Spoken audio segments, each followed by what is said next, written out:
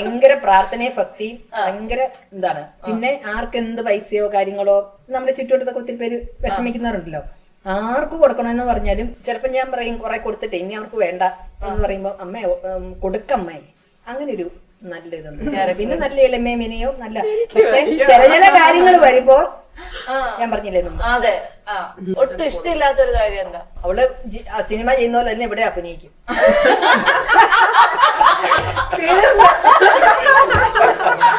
ദേഷ്യം വന്നാല് പത്രകാളി കരയാൻ തുടങ്ങിയ ഭയങ്കര പിന്നെ ഒന്നും വലിച്ചെറിയുന്നില്ലെന്നേ ഉള്ളൂ. അയ്യോ സിനിമ പോലെ തന്നെ കാണിക്കും. പെട്ടെന്ന് ഭാവവ്യത്യാസങ്ങള് പെട്ടെന്ന് മുഖത്ത് മാറി വരുന്നത്. അതെ ഇത്രയും പറഞ്ഞു ഫുൾ അഭിനയം. ഞാനൊരു കാര്യം പറയട്ടെ, ഞങ്ങള് പോയി കഴിഞ്ഞിട്ട് പിന്നെ ദൈവത്തെ ഓർമ്മ സംസാരിക്കാൻ അങ്ങനെയല്ല സംസാരിക്കാൻ മേലായിട്ട് ഞങ്ങളെ ഇങ്ങോട്ട് കേട്ടില്ലെന്ന് എല്ലാരും ഓരോ റൂമിൽ കൂടെ അടക്കിയല്ലേ. ആന്റിയാ ഞങ്ങള് പൊതുവെ കേട്ടെ, ആന്റി പൊതുവെ ഇങ്ങനെ ആ ഫ്ലവേഴ്സിന്റെ പ്രോഗ്രാമിനും ഒക്കെ പോയിട്ട് ഒന്നും സംസാരിച്ചില്ല, മിണ്ടാതിരിക്കായിരുന്നു. ശ്രീയേട്ട സാർ ചോദിച്ചിട്ട് പോലും വാ തുറന്ന് കമാന്നൊരു അക്ഷരം മിണ്ടിയില്ല എന്നൊക്കെയായിരുന്നു. അതെന്തായിരുന്നു ആന്റി?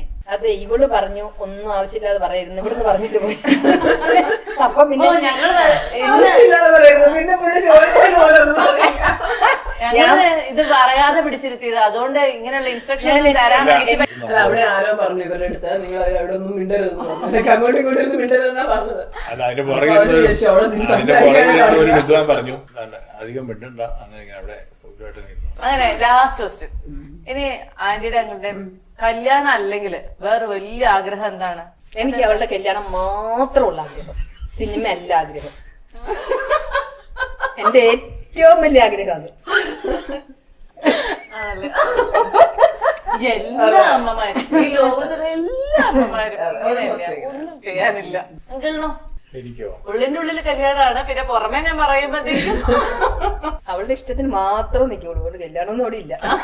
ഞാൻ എന്റെ വിശ്വാസം എന്ന് വെച്ചാൽ ദൈവനിശ്ചയം പോലെ എല്ലാ കാര്യങ്ങളും നടക്കും, അതേ നടക്കുകയുള്ളൂ. നമ്മൾ എന്തെല്ലാം ആലോചിച്ചാലും ആഗ്രഹിച്ചാലും അത് തന്നെ സംഭവിക്കും ഭൂമിയില്, അല്ലാണ്ട് വേറെ ഒന്നും സംഭവിക്കാൻ പോകുന്നില്ല.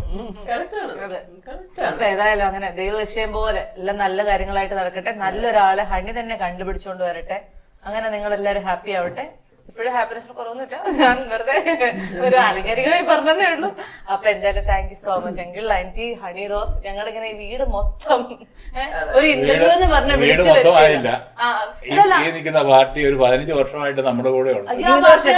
കഴിഞ്ഞു, നമ്മൾ ആദ്യമേ കവർ ചെയ്ത്. അതും പിടിച്ചോ. രണ്ടുപേരും നല്ല മക്കളാണ്.